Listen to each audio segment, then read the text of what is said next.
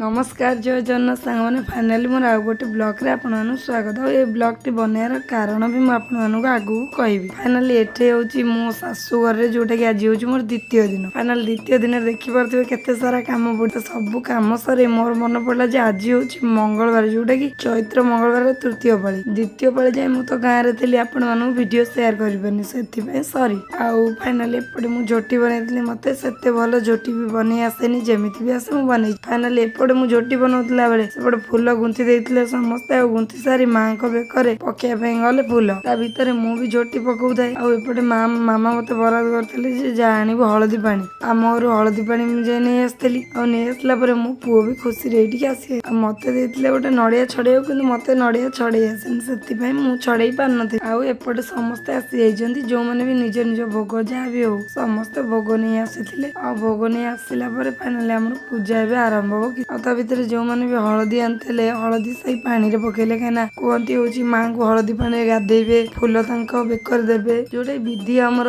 हळदी पानी माने गाधेइ देबे फूल माला पकेइबे। फाइनली एपटे हमर सब विधि पालन करे समस्त लागी पड़थिले खास करी जहा भी हो हम पुरी रे एमति सब करूजन देखि बहुत खुशी लागे कि जा हो कोंदिनी मानंतिनी सहर एरिया रे किंतु आम साई रे मु जेबे भी जो जे कोन पूजा पर्व जहा हो समस्त मिसी खुशी करंती तरे जोटा कि मते बहुत पसंद मते मिसी मासे सब जिंस कले भल लागे। आ एपटे फाइनली हमर पूजा पई माने पणा पई पानी ढळा होतला कारण होची खीर जो माने भी आनिथिले सिल्वर टब रे काटी देइतिलु सब खीर ताटे अजडा जी केना समस्त पणा हबना से बड़ टब रे तो फाइनली एपटे हमर भी खीर आ जे भी आनुथिले पछरे खीर आमे भी काटी की माने सब गोटे जगह रे एकाडी करथिलु एकाडी कले पणा सेइतिर हबो। फाइनली एपटे हम अधुर अधे काम सर जाइतला केवल बाकी थिला माकर बही बोला हुए ता भीतर भी आउ जण भी आसी जाइतले आ तांकर भी हम एठी आनी थांती कोन खई भोग भी आनी थांती। फाइनली एठी हमर जो बंदापना पई माने प्रथम जो पानी चढ़ांती पानी चढ़ा पई हे जाइतला सब किछि ये फाइनली एपटे भी आउ जणे से आसी पानी चढ़ाया पई लागि पड़थिले मामांकर जेंतो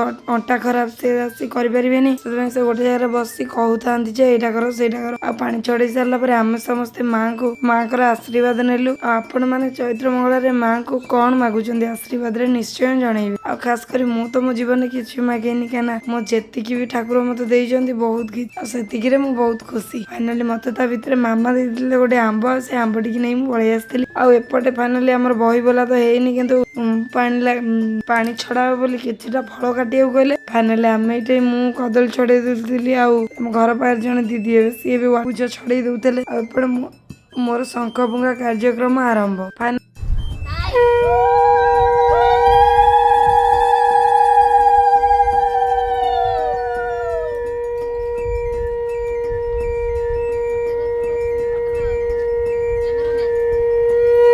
किंतु मु बहुत माने गीता भागवत बहुत पढ़ुथेली किंतु एबे आ गला खराब होला दिन रु पढ़ी पारनी मो पुओ कांदी देइतला मझी बही बोलारे बोली मो पुओ बाऊ पळैतिले आ मामा फाइनली शेष करतिले बही आ एपटे पणा भी दियों पार लागी कर देइतिले आ लागी कर सारी हमर एठी देखंतु समस्त आस्ते आस्ते की सब आम साईरो जेतिकी भी स्त्री लोक समस्त माने गोटे एकाठी जाइतिले समस्त पणा नेबे एना ना फाइनली मामा एठी बांट कर देइतिले समस्त पणा ता भीतर मु भी आपन देखिबे आम पणा टी मु भी नै पळैजी आ एपटे देखंतु एपटे मामा समस्त दबारे व्यस्त आ छोट पिला भी किए ग्लास सब नै के आसंती हमर पूरा एम सब कले भल लागे जेमती गाँव अनुभूति माने मिले जिनस सब निज पाखे माने देखिले माने बहुत भल लागे मते लागेनी जे मु को शहर अच्छी कि माने कोठी अच्छी जोठी कि आम गाँव माने परिवेशटा नाही बोली किंतु हमर सेठ सब होउछ सेति पय बहुत खुशी लागे। आ फाइनली एठी सरी जाइतला आ रुंड भी कमी जाइतला जदी संग माने हम वीडियो भल लागुची लाइक शेयर सब्सक्राइब करी निश्चय हम सहित जोड़ी होंतु निश्चय पूरी नुआ नुआ वीडियो देखिया पे रहिली जय जगन्नाथ।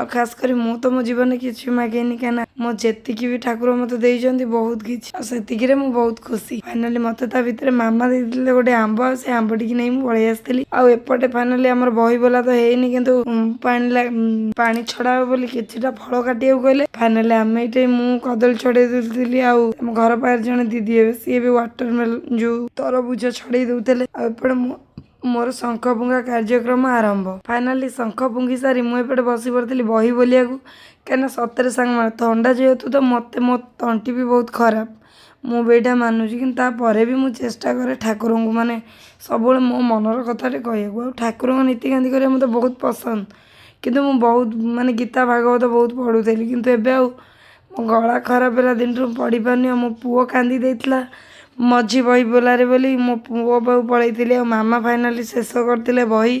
ଆଉ ଏପଟେ ପଣା ବି ଦିଅଙ୍କ ପାଖରେ ଲାଗି କରିଦେଇଥିଲେ। ଆଉ ଲାଗି କରିସାରି ଆମର ଏଇଠି ଦେଖନ୍ତୁ ସମସ୍ତେ ଆସ୍ତେ ଆସ୍ତେ ହେଇକି ସବୁ ଆମ ସାହିର ଯେତିକି ବି ସ୍ତ୍ରୀ ଲୋକ ସମସ୍ତେ ଗଦା ହେଇଯାଇଥିଲେ, ଗୋଟିଏ ଏକାଠି ହେଇଯାଇଥିଲେ। ସମସ୍ତେ ପଣା ନେବେ ଏଇନା ନା। ଫାଇନାଲି ମାମା ଏଇଠି ବାଣ୍ଟ କରିଦେଇଥିଲେ ସମସ୍ତଙ୍କ ପଣା। ତା ଭିତରେ ମୁଁ ବି ଆପଣମାନେ ଦେଖିପାରୁଥିବେ ଆମ ପଣା ଟିକେ ମୁଁ ବି ନେଇ ପଳେଇଛି। ଆଉ ଏପଟେ ଦେଖନ୍ତୁ ଏପଟେ ମାମା ସମସ୍ତଙ୍କୁ ଦବାରେ ବ୍ୟସ୍ତ, ଆଉ ଛୋଟ ପିଲା ବି କିଏ ଗ୍ଲାସ ସବୁ ନେଇକି ଆସନ୍ତି। ଆମର ପୁରା ଏମିତି ସବୁ କଲେ ଭଲ ଲାଗେ, ଯେମିତି ଗାଁର ଅନୁଭୂତିଟି ମିଳେ। ଏଇ ଜିନିଷ ସବୁ ନିଜ ପାଖରେ ଦେଖିଲେ ବହୁତ ଭଲ ଲାଗେ। ମୋତେ ଲାଗେନି ଯେ ମୁଁ କେଉଁ ସହରରେ ଅଛି କି କେଉଁଠି ଅଛି ଯେଉଁଠିକି ଆମ ଗାଁର ପରିବେଶଟା ନାହିଁ ବୋଲି, କିନ୍ତୁ ଆମର ସେଇଠି ସବୁ ହେଉଛି, ସେଥିପାଇଁ ବହୁତ ଖୁସି ଲାଗେ। ଆଉ ଫାଇନାଲି ଏଠି ସରିଯାଇଥିଲା, ଆଉ ରୁଣ୍ଡ ବି କମିଯାଇଥିଲା। ଯଦି ସାଙ୍ଗମାନେ ଆମ ଭିଡ଼ିଓ ଭଲ ଲାଗୁଛି ଲାଇକ୍ ସେୟାର ସବସ୍କ୍ରାଇବ୍ କରି ନିଶ୍ଚୟ ଆମ ସହିତ ଯୋଡ଼ି ହୁଅନ୍ତୁ। ନିଶ୍ଚୟ ପୁରୀର ନୂଆ ନୂଆ ଭିଡ଼ିଓ ଦେଖିବା ପାଇଁ। ରହିଲି, ଜୟ ଜଗନ୍ନାଥ।